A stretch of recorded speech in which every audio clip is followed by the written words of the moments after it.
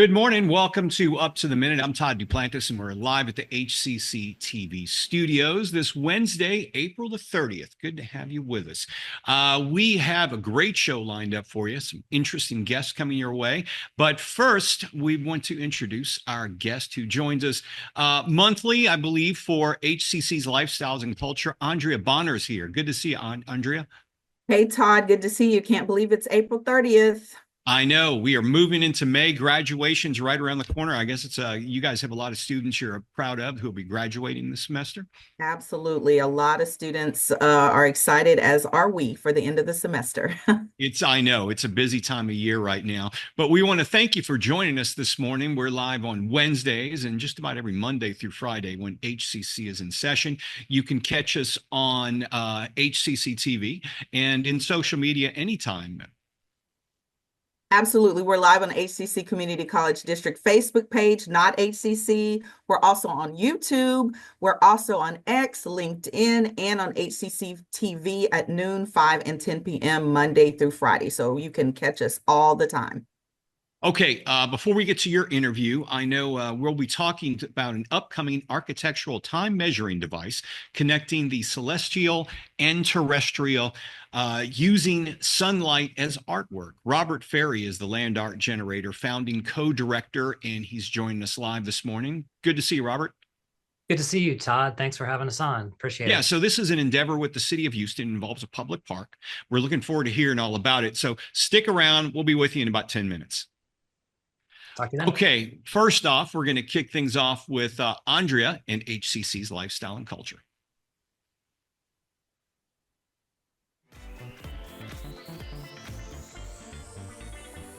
Good morning. Yes, I'm joined today by Cheryl Whitaker, who is our Fashion Management and Merchandising Program Coordinator for Consumer Arts and Sciences. Cheryl, welcome back to the show. Thank you for having me. Good morning, everybody. Good morning. So as we said, all of our students are gearing up for the spring fashion show, one that's near and dear to my heart. I always tell everybody this used to be my class and I'd be crazy right about now. So I've transferred that over to you, Cheryl. Our upcoming show, Runway to the Runway, is going to be happening this Friday. So what can you tell us about it, including the inspiration behind the theme? Sure. So this year, well, Spring Show is our biggest show. It's sort of a graduation of sorts for our fashion design students. They've been working on their collections for almost a year now. And so we get to showcase it. My fashion promotion students get to showcase their work. And this year we have 21 collections that we're showcasing. We're really excited about it. You ask about the inspiration behind the theme. One of the things we do with our design students is we send them a questionnaire just to get an idea of the theme of their collections. And from there, my fashion merchandising students have the great task of brainstorming and coming up with a theme for the show. And one of the things that they noticed was a lot of cultural references, travel listed in the theme. So the students came up with a little play on words with runway to the runway, sort of picking up on fashion runways versus global travel. I love that. And I always love that whole process of them coming up with the name. I called it the war room. We'd be in the war room, and I'd shoot the names down and we finally would land on a name. So I love that. Love that runway to the runway. So how involved are the students in putting the show together from design to production? They are 100% involved. So in the fashion promotion class, they not only learn the purpose of a fashion show from a business perspective, because most people have the misconception that it's about entertainment. It's far from that. It's about business and selling a collection. But for the students, they learn the purpose while actually producing a show. And that means they also have to learn problem solving skills. So if we come up with a problem, we also have to come with a solution. And so Friday will be the true test of all of that. But we're excited about it. Well, they always pull it off, even when we think that even when things go awry, they always pull it off. So, people are always asking for like send us pictures of the looks, and as you mentioned, we don't share looks until the day of the show. We want there always to be a big reveal. So, what kinds of collections and looks can you explain to everyone that people will see that on Friday? So our guests are in for a real treat. We have a wide variety of collections, uh, pretty amazing work these students have put into it.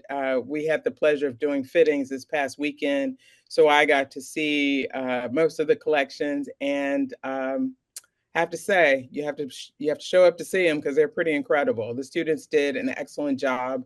Kudos to Professors Hua and Chapman for guiding our students.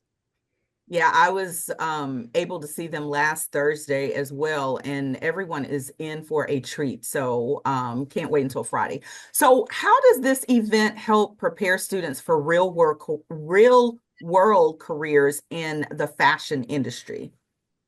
So, one of the things that I really enjoy about teaching is, of course, I'm obsessed with books, of course, but I think it's critical not only to just and not to just lean into books, but to give them real world problems. I believe it builds a better student when I can say, "Oh, this is what happens in the industry, and how would you solve that?" And so again, every time students have questions, I that old school, well, if you come with a question, come with a solution, several solutions. And so what we're doing is preparing them for careers in the industry, locally, local opportunities, but as well as, global opportunities. We really want to focus on preparing them and giving them the best opportunities to succeed as well as to compete against other schools. And a lot of times when you talk about fashion, they just think, oh, they're so creative. And all of that goes into creating a garment. How do our programs blend the creativity with, I always say, creativity is this much of the industry, with how do we blend the creativity with the business side and the technology skills? I'm glad you asked that question. Most people assume that fashion is just about creativity, but you always have to consider this is roughly a $3 trillion industry, and so creativity really is about probably less than 15%. The rest is business. That's where fashion merchandising comes in. You have to be aware of the business side of the industry if you're going to succeed, even if you're on the design side. And as far as technology, we are at a point where technology is critical. Most people, I always have to put my plug in. I believe in the manual processes and things like that.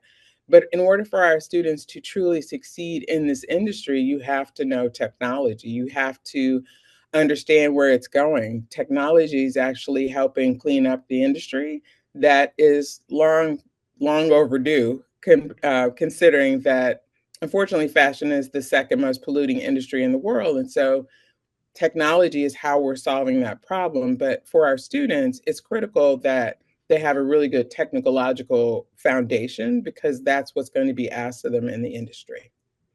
Well, as you talk about technology, are there any careers that you can share with us that students might go on to work in? Obviously, fashion designers, but what other careers can they expect to work in when they graduate from our programs? Sure. Well, I'm so excited. I always bug my students about their careers and pursuing the things that they really have an interest in. And, we've got a few really nice updates last week. One student is interning with a pretty large Western boot company in the buying office. That's one of the biggest careers you can do in merchandising. We have another student who went in with her visual merchandising project and for another company, a big company, and now is going to be on the visual merchandising team. And so one of the things about pursuing merchandising is you have a lot more opportunities There are literally hundreds of thousands of jobs in the fashion industry when you understand the business side of fashion. That's why it's critical to study merchandising. Absolutely. We always say that obviously we love the clothes, we love the accessories, but you got to know the business side in order to be successful. So thank you. Well, Cheryl, thank you so much. Cheryl Whitaker, who is our Fashion Management and Merchandising Program Coordinator for Consumer Arts and Sciences Center of Excellence. We'll have your information in our post after the show. So after a commercial break, Todd will be back to talk about an exciting City of Houston arts project.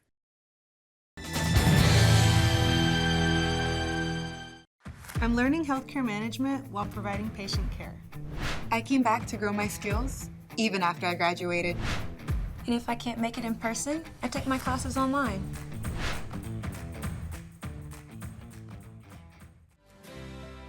That one day at PE when they were like yelling at me, and then you just linked arms with me.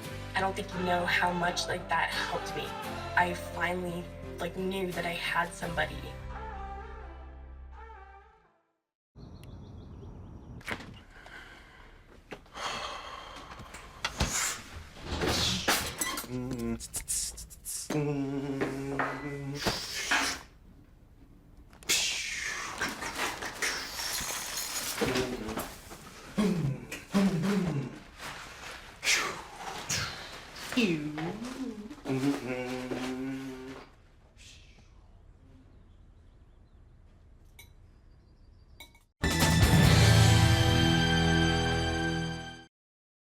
Welcome back to Up to the Minute. I'm Todd Duplantis. A couple of days ago, got this email from the city of Houston. It was a press release about a new project in a city park. And it caught my peak of interest because, we do have a solar energy program here at HCC. This project involves a piece of artwork that uses solar energy to power the park. We've got the founding director on the show, Robert Ferry. He's the founding director of Land Art Generator, and the project is called Arch of Time, and it is at Mason Park. It's a project with the city of Houston on Houston's East End. Robert, welcome to the show. It's great to be here. Thanks. First off, tell me about how this project came about. How did the city of Houston pick this to pick up and sponsor and work with? Well, Elizabeth Minoyan, the other co-director of the Land Art Generator Initiative, and I founded the nonprofit in 2008, and we've been working around the world with communities to imagine and co-design energy landscapes, renewable energy infrastructure as beautiful places for people to share land uses in parks and to demonstrate with exemplary installations how these infrastructures can improve quality of life and beautify our cities as we make them more sustainable. We were presenting at a conference, the CodaWorks conference, and that was a keynote sponsored by a philanthropist in New York, Miss Barbara Tober. And she saw the talk and she got inspired. She said, we've got to build one of these artworks in your portfolio because we run these competitions and we've amassed about 1,500 ideas. And we said, yes. She then was immediately contacted by the city of Houston, who raised its hand and said, we'd love to host one of these in our city. And so that has started the process. It was a competitive selection process with a group of stakeholders who chose the Arch of Time out of the Land Art Generator Initiative portfolio of regenerative artworks. And the artist, Riccardo Mariano, is amazing. He's an Italian-born artist and designer working in Berlin. Actually, he's also with Oliver Eliasson Studio, but this is a work of his on his own. And it is a beautiful triumphal arch that will create a new space in Mason Park. And it incorporates 350 kilowatts of solar power. So the folks at HCC will be interested in this part. Yeah. It's going to power all of Mason Park. So it'll make it a net zero amenity. And under this 25,000 square feet of shade that this new artwork will provide, it will be a venue for learning, for STEAM education, and it will provide a nice, breezy, comfortable space for the city. And we're just really excited. And feel very fortunate that the city is offering the partnership with Houston Parks, and to note that this project is entirely funded by donations, no tax dollars. Yeah, well, that's one thing. Now, let me ask you this, because I guess someone looking into powering the park for a year, and this I imagine this dial, because it's more or less, it works as, it looks like a sundial, correct? It is. It's a kind of a reverse, like an inverse Okay. of a sundial. So normally a sundial has a gnomon that casts a shadow Yeah. throughout the day. This takes that in reverse. So it's a large south-facing array of solar modules that are beautifully designed. So you don't even know that they're solar modules unless you know that. And they will track the sun across the sky throughout the day. The geometry of the artwork is specific to the latitude and longitude of Houston. So it's kind of like a fingerprint for the city. And it celebrates the city's leadership and energy and culture, of course.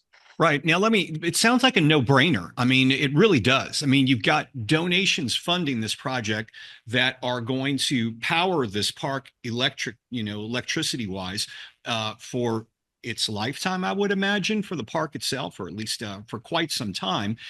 So my question would be, why don't we have these in all city parks? I mean, it would seem to be a no-brainer for cities to want to have these constructions, artworks to power and save public funds.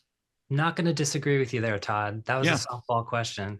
Yeah, we think that these kinds of installations should become the norm.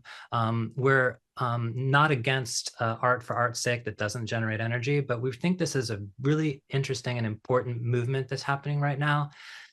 Artworks that, through the energy that they generate and generously give back to the city, pay off the embodied carbon in their own construction. And we estimate that by year 6 or so, the Arch of Time will have paid off its carbon debt. And for every kilowatt hour it generates afterwards, it's going to be a net benefit for the planet that this artwork exists. And yeah, we look forward to doing this work, more of these in Houston and in cities around the country and the world. Now, just getting down to the numbers, I mean, the savings for the city of Houston in electricity costs for this park are around $100,000 a year from this sculpture, which also is a solar power generator. Do you have other cities, I mean, a number of them that have signed up for this? And hey, is the city of Houston looking at putting them around all parks? Because I think we could use several of them along Buffalo Bayou. That would be wonderful. And we have 1,500 projects in our portfolio at landartgenerator.org. So we'd be delighted to continue this collaboration with the city of Houston. Absolutely. When is this park going to be open? When can people enjoy it? And is it going to be, how long do these these sculptures more or less last, or what's the lifetime of them, or is that known yet? The lifetime of the sculpture is considered permanent. It is going to be engineered. We're partnered with Walter P. Moore Engineering. They're an incredible structural and civil design firm, and they are building this to last. It could be in Mason Park 100 years from now.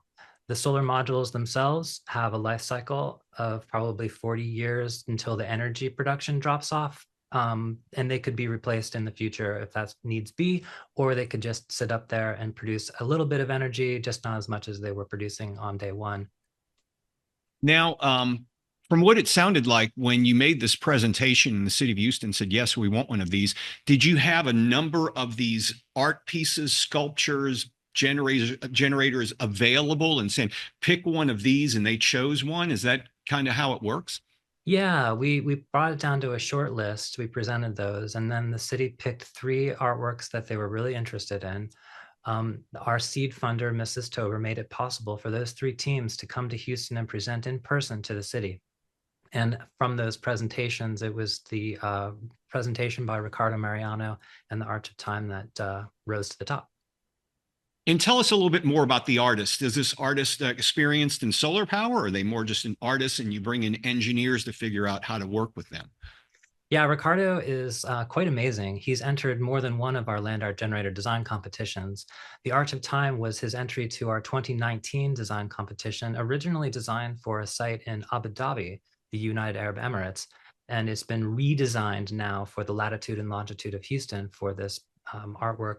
And he specializes in the integration of technology. He's done many, many projects with Olafur Eliasson Studio. And so he's kind of a jack of all trades. He's a very amazing conceptual artist, but also an excellent architect and engineer at the same time. One last comment, because I'm reading here as well, and I wanted to mention this earlier, but this sculpture generator is going to be providing power to the park in case the grid goes down, if we have a hurricane, natural disaster. I guess as long as it's not destroyed, it can still provide power, which here in the city of Houston over the past year, at least past couple of years, we've experienced horrible power outages because of natural disasters, hurricanes, freezes, floods. People are wondering, once again, it goes back to my first question, why can't we put these all over the city of Houston? Yeah, resilience hubs are a really important thing. And so we're going to be collaborating with the community center there in the heart of the park in Mason Park. Just put a few batteries in there, and then the arch, even during an entire grid outage, can continue to supply electricity to the community center. Folks can go there, stay cool, be connected, call friends and family, make sure they know they're okay. This kind of infrastructure is really important, and we're really glad that the Arch of Time can provide that. And we're excited to be able to have something where people can come and learn about this. There'll be real-time energy monitoring. As the brighter the beam of light that shines on the hour, the more energy that's being generated, so people can have that one-to-one understanding. Robert Ferry, he is the director of the Land Art, founding director of Land Art Generator Initiative. They are providing a sculpture to Mason Park, which can essentially power the park. It's an incredible endeavor. We'll want to hear more from you in the future, and I'm sure our students would love to learn more about your park. And we'll have all the information on the park and the sculpture in our social media post after the show. Thanks for joining us, Robert. Thanks, Todd. We'll see you under the arch in about 2 years or less. That sounds great. We look forward to it. We look forward to seeing more of them. We're going to keep up with you guys. Thanks. All right, we're going to take a short break. When we come back, Andrea and I will have some announcements about things happening across the district. I'm not just studying AI, I'm designing solutions to make the world a better place for us all. I didn't just study buildings, I connected them with tech to make them smarter. And if I can't make it in person, I take my classes online.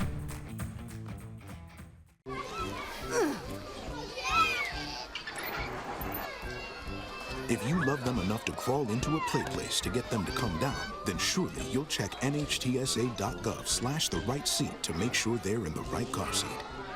Today I'm going to talk to you about physics. Come on in, girls. Let's go. This is the first rocket to get humans to Mars. Really tall. I'm a rocket structural engineer, designing and building parts of the rocket. You are the generation that will be stepping foot on Mars. Do I have a group of astronauts on my hands? Yes. You can become a rocket scientist or whatever else you want to be.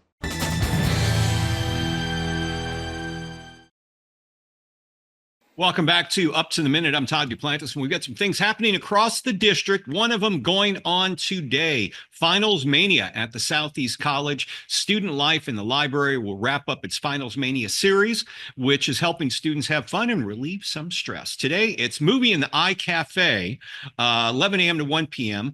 That's today. Eastside Campus, 3rd floor library. It doesn't say what movie, but I'm sure it'll be good. There possibly even could be some food. Check our post after the show for more information. And today is also a deadline for staff Senate elections. Andrea? Absolutely. HCC Staff Senate elections deadline is today, as Todd said, so don't miss the opportunity to let your voice be heard. We encourage staff to nominate a deserving colleague or themselves to serve as a staff senator. The deadline to vote is today at 5 p.m., which is Wednesday, April 30th. Check our post after the show for more information. And then, do you want to go? Our STEP challenge. Yeah, sure. So if you're back to the Southeast College, if you're still stressed with exams coming up, maybe you're going to be walking soon across the commencement stage. Well, they're having a step challenge. The Office of Student Life at HCC Southeast and Rec Sports launched this step challenge throughout the month of April. It's De-Stress Your Walk, 2 to 3 p.m. Wednesday, April the 30th. That's today, later this afternoon at the Eastside Student Life Foyer Library. So go watch the movie, take a break, go take some steps. Andrea, we also have, I think we have audition coming up as well. We've got music auditions. I'm thinking I might try to go and dust off those rusty piano skills. So our incoming instrument and voice students can audition for music faculty to determine ensemble placement. Students will then take a theory placement exam to determine the most appropriate course for them. This event is for both high school students and adults looking to pursue an associate's degree. So that's going to be 1:30 to 3:30 p.m. on this coming Saturday, May 3rd. It's going to be at the HCC Central Fine Arts Center. And again, you can get information about that in the post after the show. Now, yeah, for the sake of time, we have summer registration we want to talk about because it is going on right now. You can register for summer classes, both sessions, right now. Go to hccs.edu/apply. Okay, tomorrow on the show, Thursday Family Fun Day, kicking off the Asian American Pacific Islander Month. That's coming up tomorrow. And later this week, we'll begin congratulations HCC's NISOD Awards or Excellence Awards winners. They are recently announced at the Board of Trustees meeting with the Chancellor. Andrea, always good to see you. Same. Yep. Thanks, and I know you have a Todd. big Thanks for event having we're going to me. be helping you with on Friday with the fashion show. Yeah, we're excited about that. I'm going to run over. We're having a wellness day today here on Central Campus. So never a dull moment. Never a dull moment. Thanks, Andrea. We will see all of you tomorrow right here live at 10 a.m. on Up to the Minute.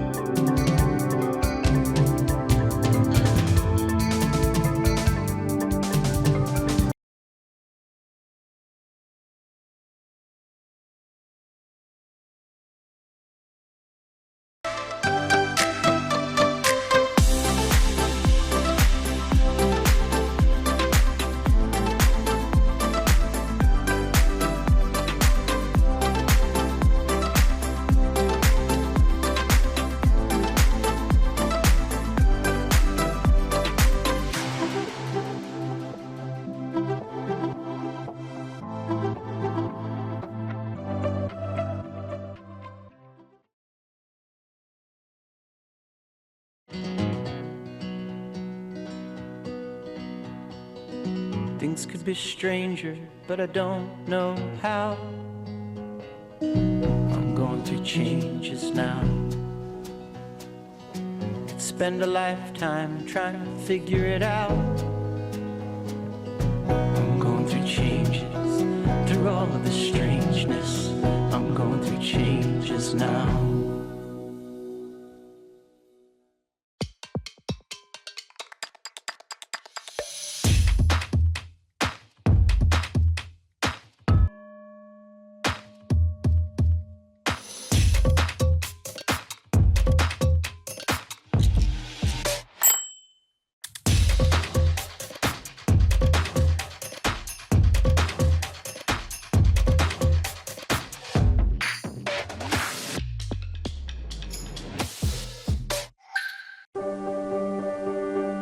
Being prepared is a part of who you are, but it's especially important in the case of a disaster.